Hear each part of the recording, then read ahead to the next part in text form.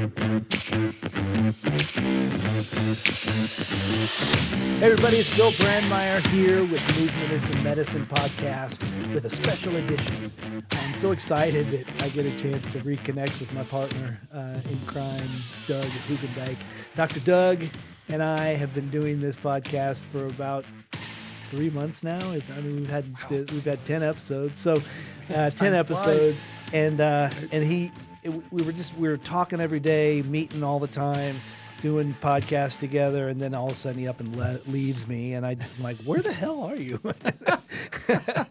Come to find out that he was in Madrid, Spain, and while he was there, he attended the Isokinetics medical conference, sports medicine conference, sponsored by FIFA, right? This is a FIFA deal.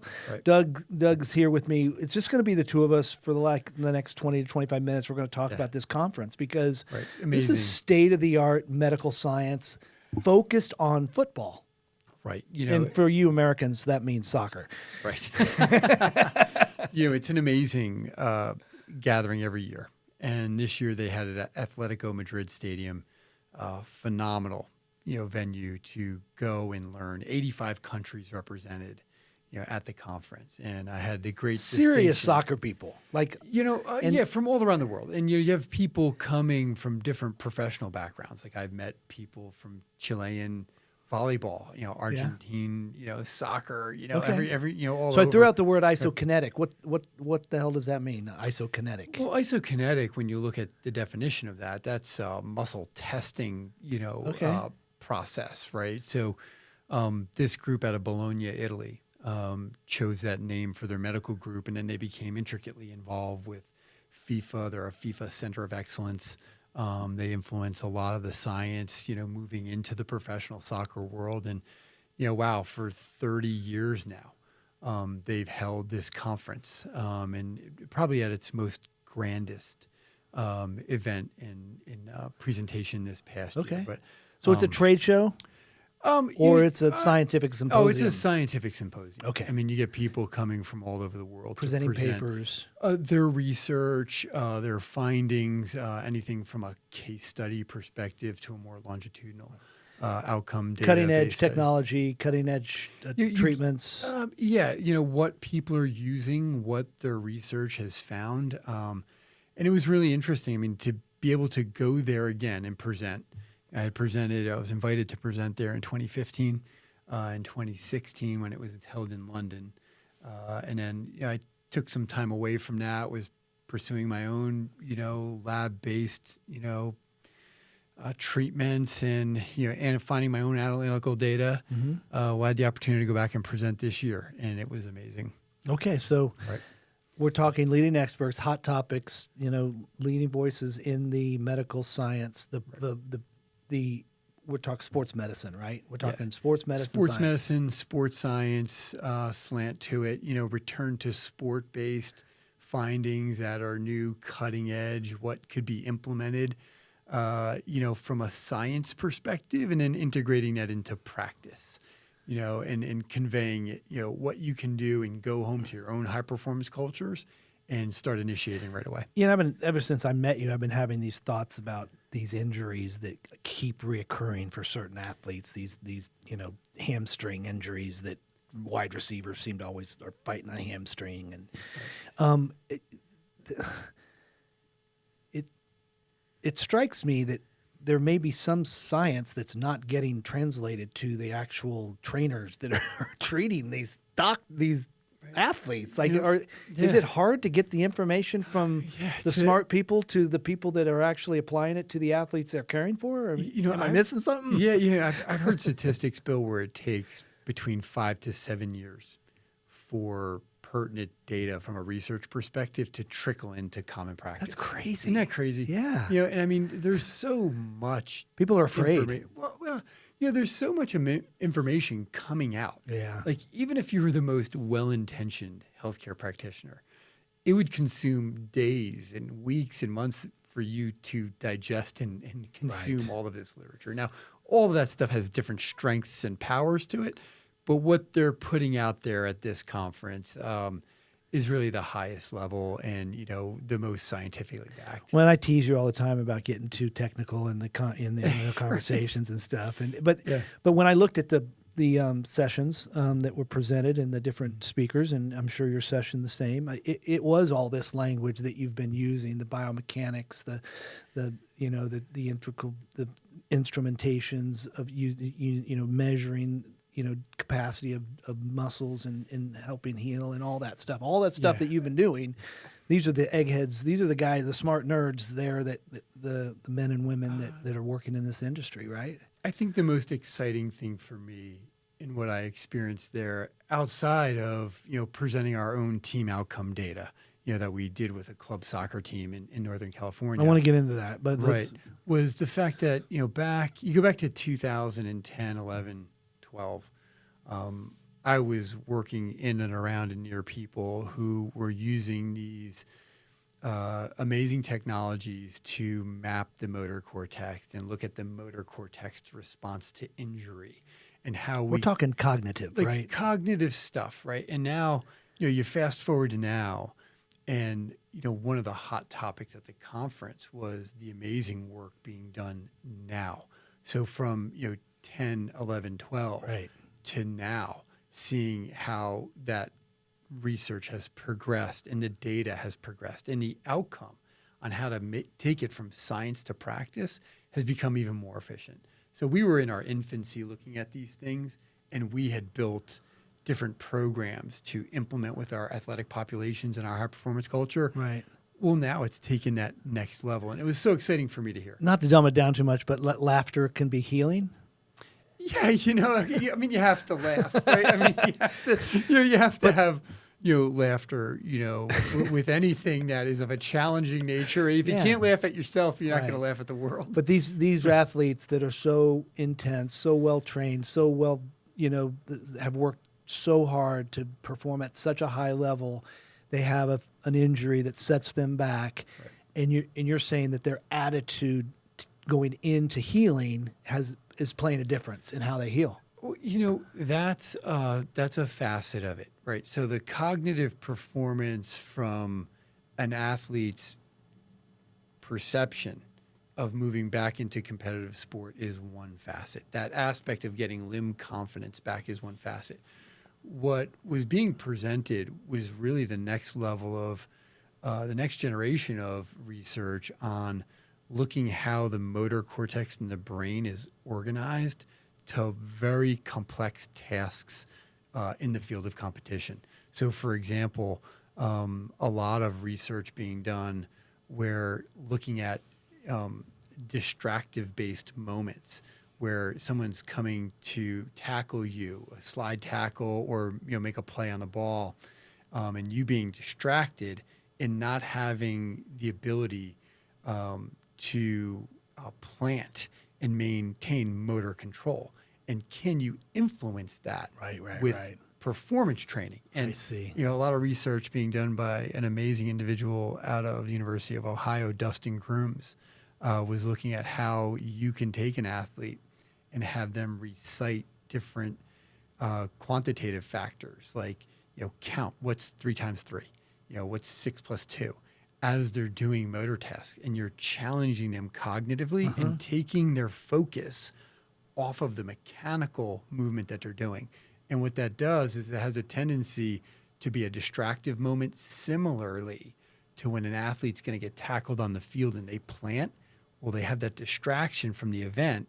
That they forget what they're supposed to do. Their nervous system can't control it. So you're distracting their performance training to actually try and replicate what they would experience in a field. So when we're in Kansas City, we have Patrick Mahomes. He thinks differently on the field. Sure. He sees things differently. He feels things differently. Right. Is this what we're talking about? We're testing that. Like, where does that come from? How does that work? How do we how do we duplicate that? He certainly brings inherent qualities to his ability as an athlete. And I've never had the opportunity to meet him at this point. Someday we're going to have him on the radio. Right, completely. We're going to have him on the radio. I actually saw him in passing at Sporting KC once. Okay. And the one gentleman was like, "You know who that was?" And I was like, "No." He was like, because he had like a hoodie on and stuff. But anyway, so he brings inherent qualities to the table as an athlete. He's doing an amazing job from a skill set perspective, a leader perspective. When I think about peeling away layers of analysis, it would be phenomenal to test his ability to do some of these things. Would a sports medicine guy from an NFL team ever go to the Isokinetic Conference in Madrid to hear Doug Hoogendyk speak? I mean, right. Well, like I mentioned, we had people from every walk of life, 85 countries, right. 85 countries. I met people who were working in cricket, volleyball. Okay. But mostly soccer, mostly football. It's branded on that relationship because with of FIFA. Right. So, you're getting the majority of people coming from that world, but you have people coming from every, performance perspective. Do you feel like there's another Isokinetic Medical Association that is strictly for other sports, or is FIFA the only one that has taken it to this level and really understands the importance of the sports medicine platform to share research and to share ideas? Right. Well, I think when you look at what's been created with this model, certainly it's been the efforts of Francesco Di Vela, who is the director of the Isokinetic group. It took this leader to bring people together. It took this leader, this innovative thought, leader, to then combine, his surgical and medical centers of excellence with FIFA, and then to go on a research tangent too. Because there are trade shows here in the United States. The American Society of Sports Medicine just had their conference when Jay was on, and he talked about their conference. And right.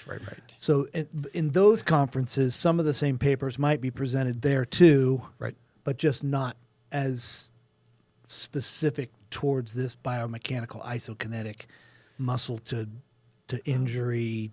Right. I think it's certainly not only that arena, right, where you're having researchers from all over the world come and present, right? Right. Like you have researchers who are coming in and speaking about their nutritional platforms.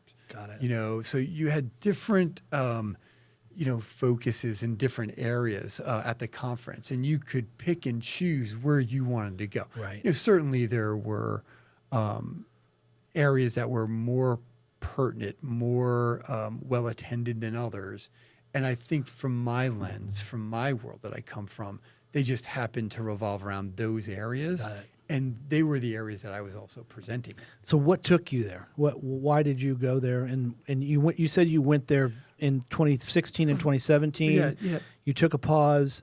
You have new research. Well, 2015 and 2016, I was invited out by Francesco Di Vela to present. The guy. Okay. Yeah, the guy. He saw what you were doing and wanted you there. Well, he came to the lab I was working in. It's the most comical. And here's this, as far as guys go, a good-looking Italian guy just standing in the corner. And I said, "Who's this guy?" In Palo Alto. No. This is down USC. south. Yeah, this is down south at university. And I was like, "Who's this guy?" Oh, he's from Italy. And I was like, well, what do you mean he's from Italy? So I go up and I talk to him. And, nobody was talking to this guy. So, I just, and luckily for me, he spoke English. And he's like, I'm here with, Bert Mandelbaum. And he was a notable team physician in Southern California. And I was like, oh, man, if a friend of Bert's a friend of mine. Sure. So I just took him under my wing. And that led into a great friendship. And at the end of his time there, he's like, Doug, I spoke with some of the other researchers at USC. They can't make it. Would you want to come and present, at the FIFA Isokinetic Conference? And I looked behind me. I'm like, well, me?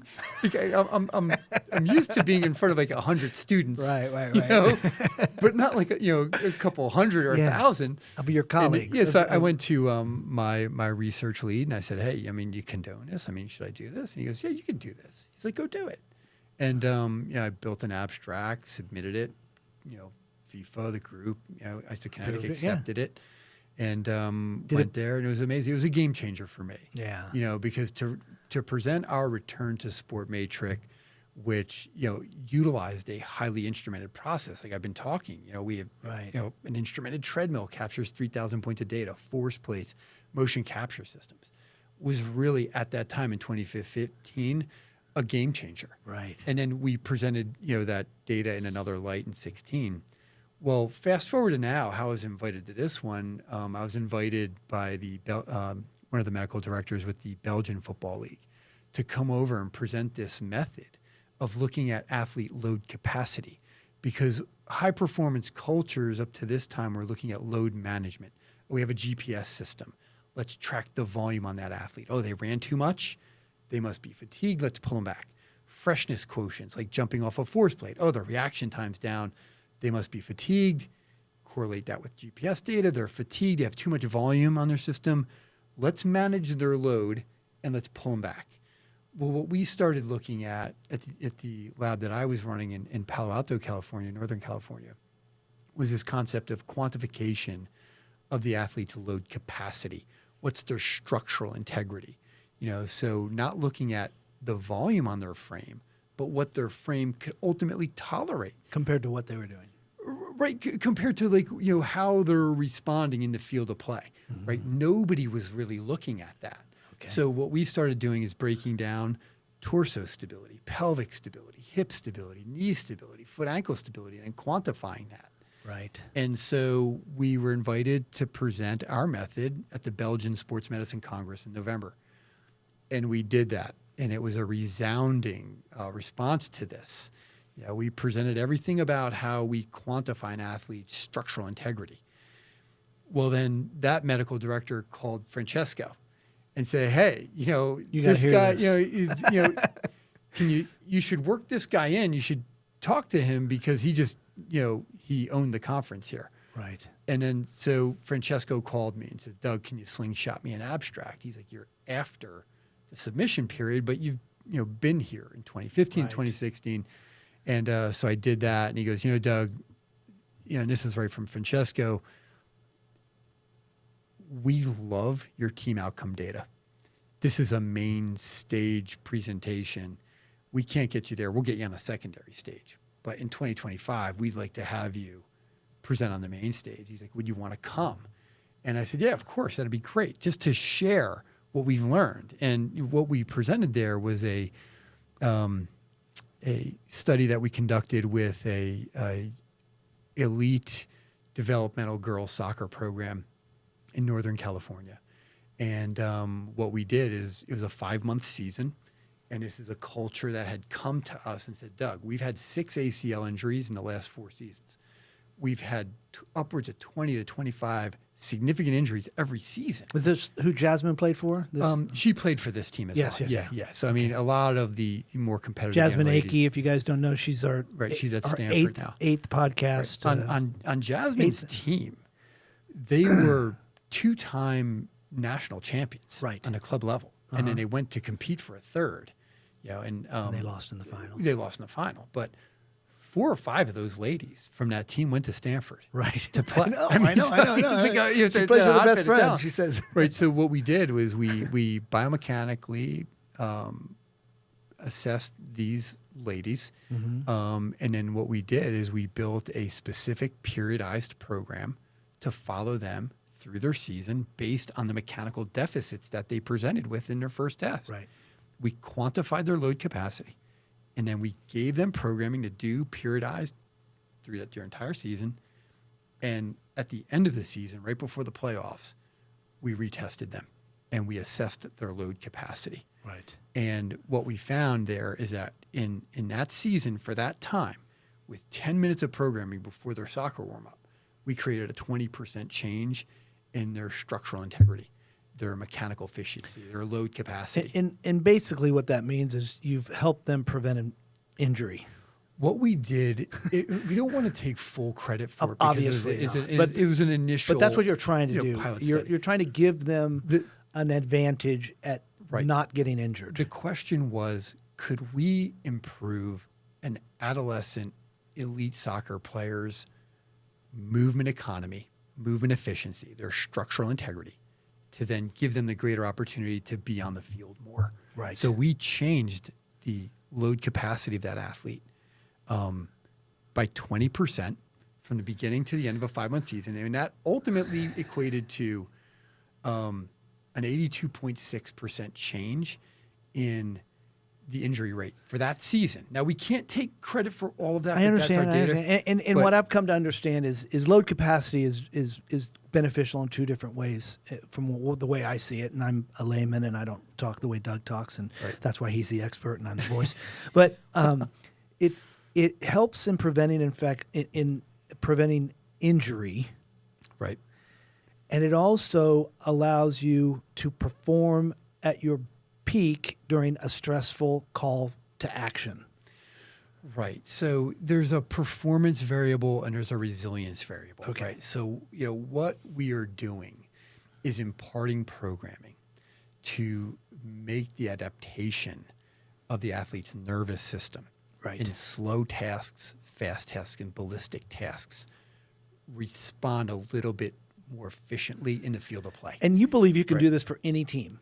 Oh yeah. So I've been integrating this kind of mentality for, the entire time I was with the university. Right. So, that was really in its infancy. That was 8 years there, and then another 5 to 7 years in our own lab in Northern California. But yeah, we wanted to do this initial pilot study to move on now into bigger studies. So we're moving in, hopefully there's conversation about moving into studies with, adolescent developmental programs within elite MLS clubs, and, really having like you much bigger cohort. We even talked earlier about possibly just doing this at camps. Or Right. And, we want, again, it's from a place of wanting to give young athletes, in this case, the opportunity to have more fun and do what they love to do, and that's play. Right. And what we found is, they had 23 injuries the year before in 2022, which was tracked by a logistical platform that the team and the league uses, right? Yeah. And significant injuries were 3 to 5 weeks missed time. And in the year that we implemented our test, retest, and periodized programming to really work on their neurocognitive deficits, their motor performance deficits, that went down to 4. Right. And that was an 82.6 change. Yeah. And that team, by the way, made it all the way to their championship match. And what we theorize is, and what the coach really said to us was that the greatest ability was availability. They had their top players going into that match, right? They lost in the finals, but to get there, and to have the resiliency was really exciting for us. And when Francesco heard of that, he's like, "All right, Doug, we need to fast track this, and I wanted to get this on the stage." I think any team out there is put together the best team they can on paper, and then they get to the season. If their star player gets injured, then the whole thing changes. You know? You can't do anything necessarily about a contact injury. But from the standpoint of some of these, if you don't agree that the distraction caused the plant of the foot in a certain way that caused you to buckle and injure, and that if you wouldn't have been distracted, then you wouldn't have planted the same way, you would have saved yourself. There are certain things, certain ways that someone like Patrick Mahomes gets tackled where you're like, that would have injured any other player, but because Patrick Mahomes was able to move he saw it happening, or I've seen him get tackled in certain ways, and you're just like, how did he not walk away with a muscle tear? Some sort of break. The thought of this is, when we went into it, could we help the nervous system react better to situations that would be encountered in the field, to again help that athlete avoid non-contact injuries. So, for us, where we, kind of put this, wrap this study and encapsulate it with this group, highly encouraging for us. Yeah. And, to be in an environment like the FIFA Isokinetic Conference, where I was able to see researchers I haven't seen in 10 years and say, hey, I'm working on this really fun project. What do you think about this? Yeah. And have them scratch their head and say, wow, I love this. Can I become a part of it? Right. Or, hey, cool. Wow, do you need help in this area? Can we launch something on a much greater scale? And these are researchers. These are people that have been, globally renowned researchers for like 20 years. Okay. 30 years. That's been fun. Well, so he just got back from Spain. He's smarter than he was when he left. He was able to present to a bunch of smart people, and they all gave him confirmation that he is the expert we say he is. Well, so here we go. I'll tell you, it was just fun seeing a lot of people I haven't seen in a long time. No, it's awesome. And, twist my arm to get to Spain. Of course, beautiful people, beautiful weather. I mean, it was great. Well, it looked like a lot of fun. The pictures are available to look at online. They've got a gallery where you can see all the wonderful people that were there. But in your presentation, it was a second stage presentation, which means basically people had to choose to go see you, right? Right. What? How many people showed up? Did you feel like it was well attended? Did you feel good about it? Incredibly well attended. Yeah. I mean, we had an auditorium full of people. And when you got off the stage, people wanted to talk to you more. And I think one of the most interesting people was one of the representatives from the Canadian women's national team, soccer-wise. Sure. And I had the great privilege of working with a couple of their athletes. Okay. They come down and attend institutions and university, and they're playing at a really high level. So, these are people I had not met. Yeah. And, to say, oh, wow, I worked with this athlete. Right. Oh, and this is, oh, really? So, comparing notes, hey, how, could we maybe engage in things with our own team culture to help move forward on this? And that was consistent. I mean, I met, amazing women, amazing medical directors from, the Brazilian women's national team, Argentina, Holland, Canada. So, it's those interactions which even become more special. So, well, everyone, you can hear why I feel so blessed to have Doug as a part of Movement is the Medicine podcast and the expertise he brings. And it's world class. We have a world class expert on the radio with us, on the podcast with us, helping us tell the story of how important movement is in our lives and how it helps build us to be better people. Working with elite athletes is his specialty, but he thinks of this in a way that very few people in the world think about it, and it is it's really, we're really blessed and honored to have you a part of this. Thank you so much. Well, it's been great, Bill, because I think in my entire trajectory as a professional, whether it was the early starts in New York City at HSS or pro beach volleyball, I was never the social media guy. Yeah. Never liked it. To be honest, it was never really something that was promoted. Right.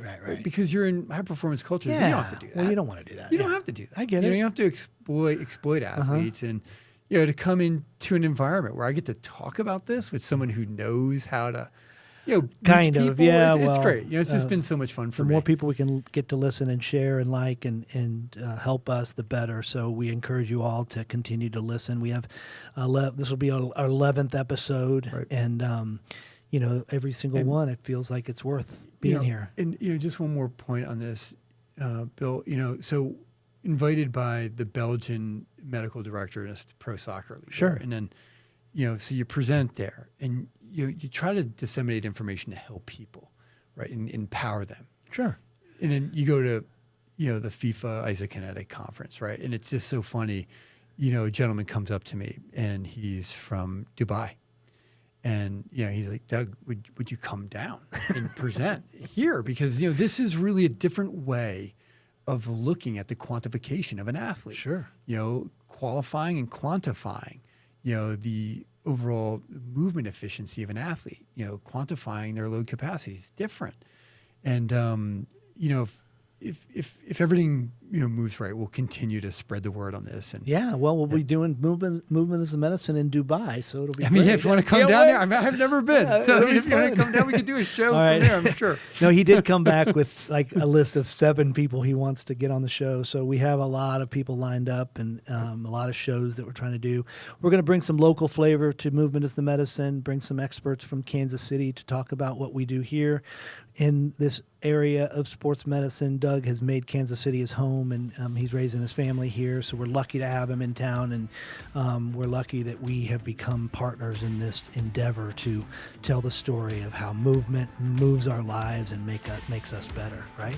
Yeah, it's been amazing. Well, thanks for sharing Spain with us, the Isokinetic FIFA World Conference, and glad to have you back. And like I always say, dance like no one's watching.